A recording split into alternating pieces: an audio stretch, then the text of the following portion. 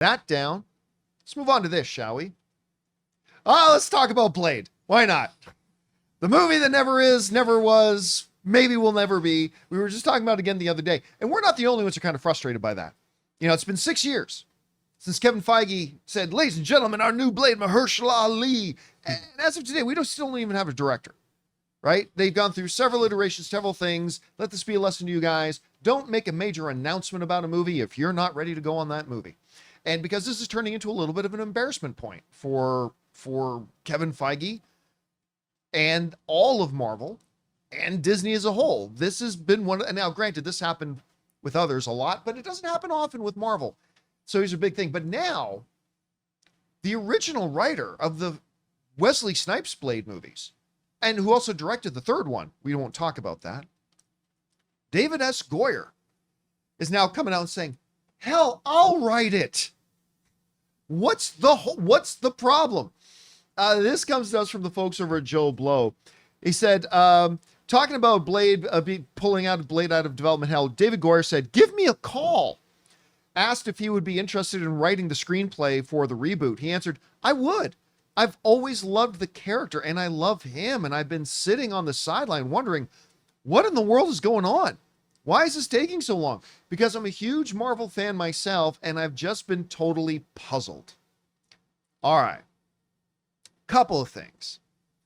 Again, a lot of people, this might look like, it isn't, but it may look like on its surface that David S. Goyer is just kind of repeating what a lot of people said was, it's so easy to make a Blade movie. So easy. It's like, tell me you know nothing about how to make films without telling me you know nothing about how to make films. Making any movie is not easy. It's a Herculean task. And to make a good movie is nearly impossible. It's a wonder we get as many good movies as we do. It's not easy. But he does ask the good question. What on earth is the holdup? And I want to propose what the holdup is. All right. Kevin Feige has access to all the talent in the world. He can get a Blade movie made. I don't think there's anybody that doubts that. He can get a Blade movie made. I don't think ultimately the catch is in coming up with a good Blade movie. I think the catch is coming up with how Blade and vampires fit into a Marvel Cinematic Universe. And now, first of all, it's hard enough just cracking the nut of making a good movie. I don't care how easy you think it would be to make a Blade. It's not easy. That's one thing. But then coming up with, how does this fit into our world overall? Like, how does this fit? How do we explain, are vampires new? Have they always been around? Have they not? You know, Rob, you've raised that question before about, you know, this brings up a question, much like mutants. Where the hell have they been this whole time? How does this change our understanding?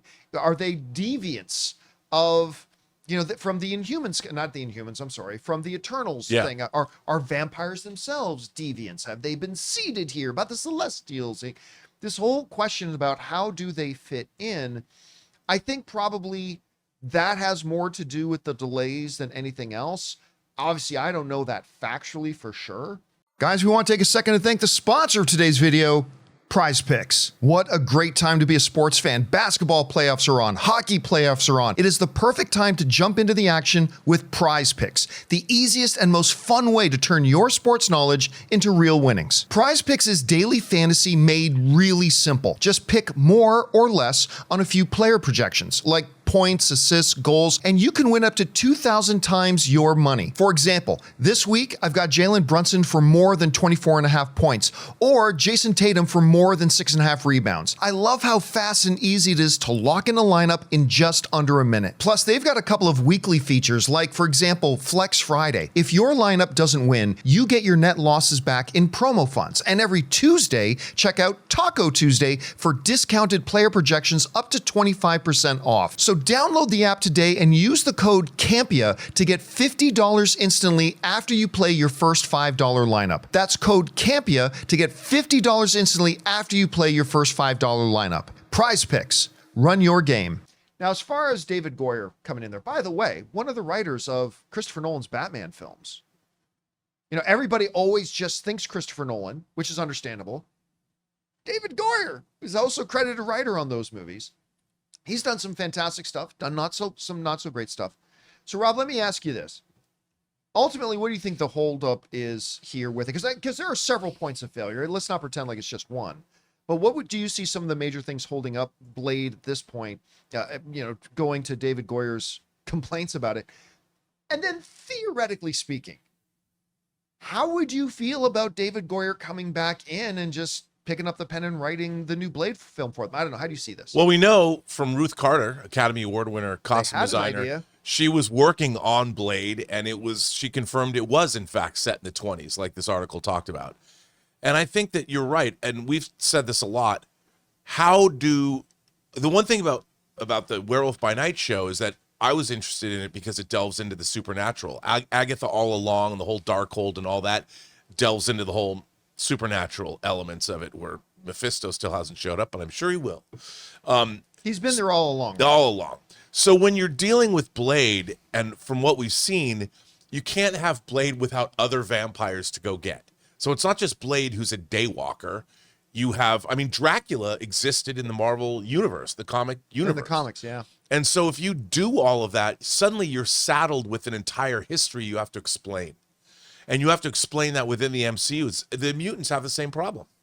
And I would imagine after the end of Secret Wars, when the universe is reset or whatever, the collapse of it all, and there's a new Earth, you have a way to start, which means you can start your history from scratch and add the mutants to it and rebuild that tapestry.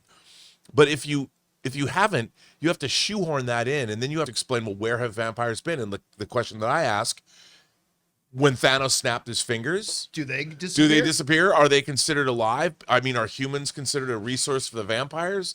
And then how does that all work? Then you have to define life itself. You have to define, how does vampirism work? Like, where did it come from? Is it naturally occurring, or is it supernaturally based?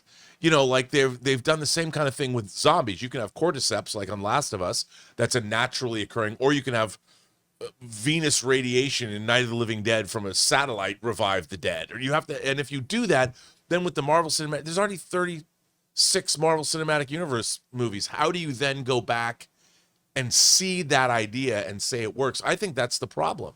I think it's like, well, I don't know. I have no idea. If you were to ask me now maybe David Goyer has a way. He's written a lot of genre stuff, and he has written, like, I think he could probably write, because didn't he worked on the first Blade movie too? He worked on all three of them. Oh yeah. He directed the third one. And you've got like Guillermo del Toro's Nomak and all that. That was all cool stuff. But how do you make that work? And I don't know the answer. I'm pretty good at trying to like shoehorn interesting ideas into my own head canon. I can't figure out a way to make vampires viable in the MCU now, because it's not like in the Blade movie, there were no other superheroes. Like, I could believe in the world you get one ask, like superheroes exist, the universe, but vampires are a big ask. Like and not only it's not just vampires, it's the whole secret society of vampires that have been here forever. And then how do they come from? Where do they come from? Where have they been? Why doesn't anybody know about them? With all the secret societies, did S.H.I.E.L.D. know that there was vampires? Like, wouldn't they know? That could give you your story hook, because I could see a scene where Mahershala Ali is talking to Ms. Marvel or Vision or something and saying, you want us about, like, where they've been? He goes, like, the whole reason why you clowns have been dancing around, like, handling aliens and whatever, I'm the one who's been keeping the world safe for the last 100 years, or something like that. There's your story. I'm in. Like, it's because the vampires don't want people to know that they're there, because then their food supply would be less easy to get to. So yeah, you could do something like that. All right, guys. The question is for you.